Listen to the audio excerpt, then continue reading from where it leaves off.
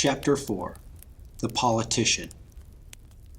Little Crow was a gifted, ready, and eloquent speaker, and in council he was always ready to answer any demand made by the government. His appeals in these addresses to the government and to the Great Spirit that justice be done to his people, with his rugged eloquence, the lighting up of his countenance, the grateful pose of his person, and the expressive gestures, presented a scene wonderfully dramatic. He was possessed of a remarkably retentive memory, enabling him to state accurately promises made years before to these Indians by government officials, and to give the exact amount of money owing them to the dollar and cent. Dr. Asa Daniels, who met Teoyateduta in 1854. Teoyateduta hoped his people could survive on annuity payments and meat and furs from the big woods north and east of the reservations. Other Dakota were not as optimistic. The treaties were in trouble almost from the start. The U.S. Congress in Washington wasn't eager to give Dakota reservations. Why, after all, couldn't the Dakota simply move west beyond Minnesota territory? Teoyateduta could have told them why. Minnesota was his home, and the home of the Dakota for as long as they could remember. The Mdewakanton, in particular, were woodland people. The Western Plains could never be their home. Wabasha spoke the words of many Mdewakantons. "There is one thing more which our great father can do," he said. "That is, gather us all together on the prairie, and surround us with soldiers, and shoot us down." Governor Ramsey and others finally got the Dakota their reservations by going straight to President Franklin Pierce. But the trouble didn't end there. White settlers moved on to Dakota lands while the ink on the treaties was still drying, and well before Congress ratified the two documents.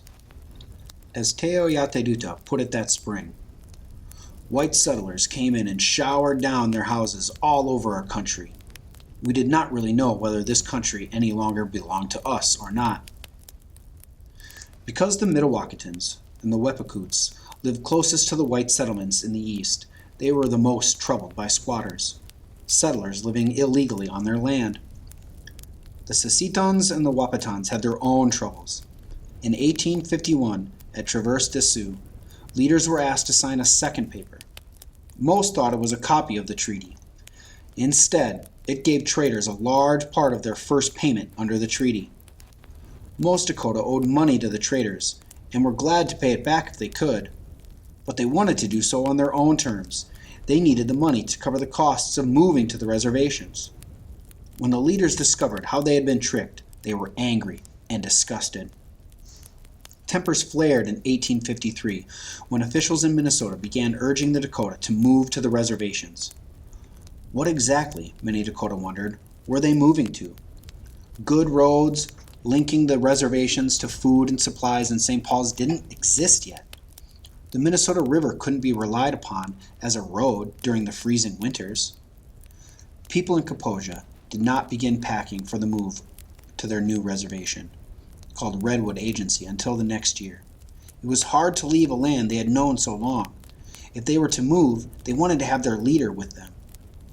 In the spring of 1854, Teoyateduta had been busy visiting Washington, D.C. as a guest of the United States. Teoyateduta returned to Kaposia full of stories of a fantastic iron machine called a train that traveled faster than any horse, of cities that filled the landscape as far as the eye could see, and of vast distances he covered. He also brought back a suit of Wasichu clothes. Although the suit was hot and scratchy, Teoyateduta wore it from time to time at his new home. When Teoyateduta arrived at Redwood Agency in the summer of 1854, he was one of the most important and influential Dakota leaders. At Redwood, he was constantly in motion. He supervised government workers as they built him a frame house. He watched over officials who gave out the annuity payment in late summer or early fall. He visited trading posts and read stories at Redwood talking about events in Minnesota Territory and the United States.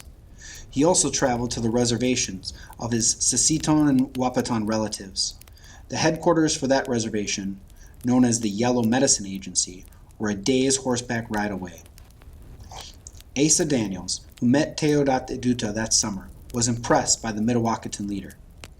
He was, the reservation doctor remembered later, of nervous temperament, restless and active, intelligent, of strong personality and of great physical vigor, and vainly confident of his own superiority and that of his people.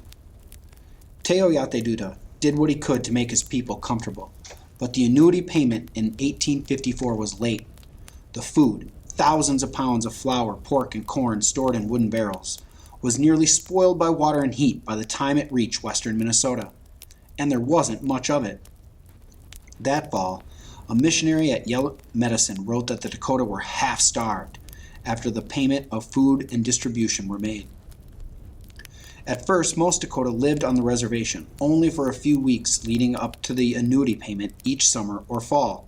For the rest of the year, they went back to their traditional homes. They fished, hunted, and trapped game, and planted corn in their old fields wherever whites had not yet settled. Some Dakota planted crops on reservation lands.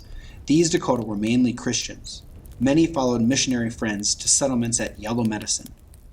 Dr. Williamson formed a settlement called Pezutazi, where Teoyate Duta's father-in-law, the old leader from Lac Qui Parle, tended his fields. Another missionary, Stephen Riggs, created what he called the Hazelwood Republic. Many of Teoyate Duta's old friends, including Lorenzo Lawrence and Paul Mazzucamani, joined Riggs. They cut their hair, wore Wasichu clothes, and worked their own fields. At each settlement, missionaries and government employees encouraged the Dakota to store their harvests in root cellars to have food to last the winter.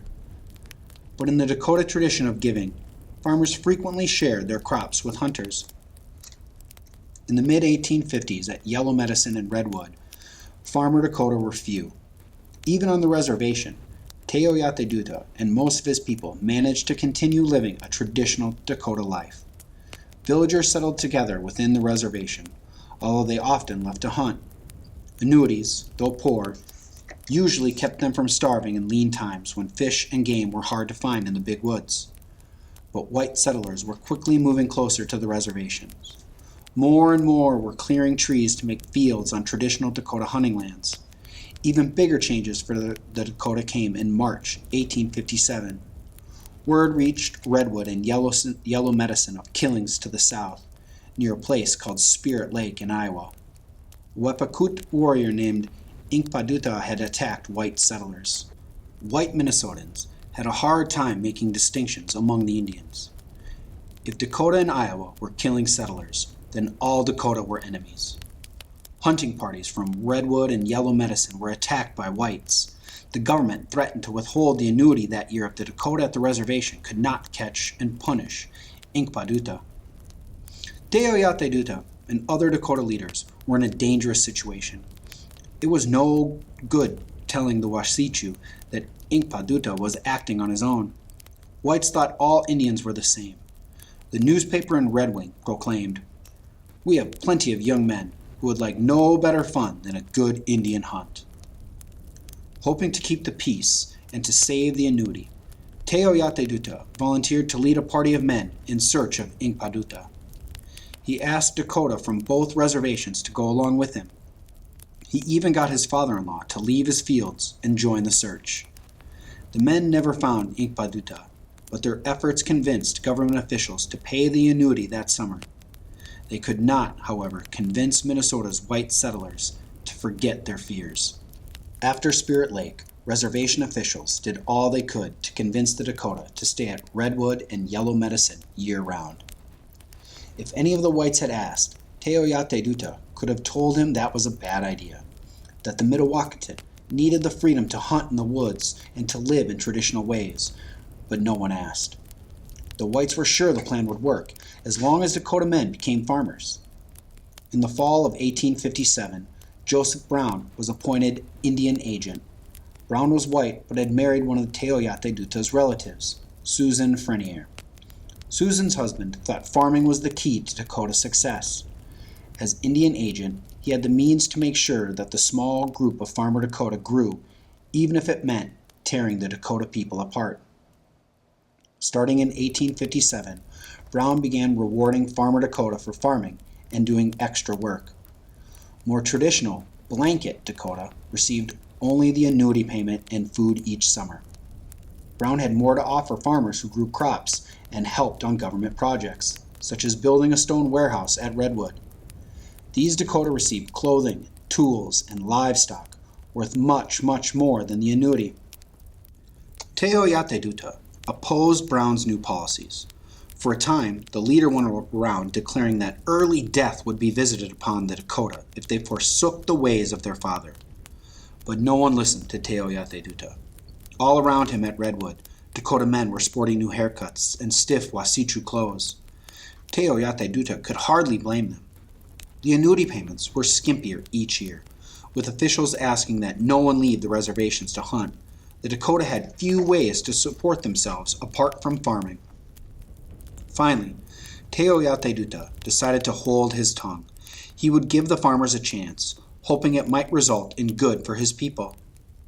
Perhaps he also thought some good might come from a new treaty. Late in 1857, Teoyateduta and many other leaders were invited to Washington to negotiate a treaty. Most were hopeful that they would have a chance to talk with government officials. Teoyateduta brought a list of complaints and intended to get to the bottom of each one. When negotiations began in the spring of 1858, he talked first of money that had been promised to his people under the 1837 and 1851 treaties. Somehow, he noted, all the money hadn't made its way to Redwood in Minnesota.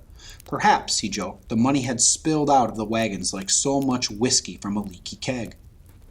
If I were to give you an account of all the money that was spilled, he told officials, it would take all night. But government officials weren't interested in hearing complaints. Agent Brown was planning to allot each Dakota family 80 acres on which to farm and live. To do this, he would need only about half of the land at Redwood and Yellow Medicine. The United States was asking the Dakota to sell half of their reservations, all of the north side of the Minnesota River. Government officials wanted the Dakota to sign the treaty quickly. With each new question Teoyateduta raised, he was faced with more documents that seemed to contradict agreements he remembered clearly from the past. Finally, Teoyateduta said in disgust, "It appears you are getting papers all around me, so that after a while I will have nothing left." He and other Dakota leaders eventually signed the treaty, but they weren't happy about it. While touring the city, Teoyateduta met former Indian agent Lawrence Taliaferro. "We have lost confidence in the promises of our great father and his people," the leader told Taliaferro. "The bad men have nearly destroyed us." Teoyateduta seemed discouraged. He spoke with great sadness of men who were forcing his people to live like the Wasichu. His sadness would only grow.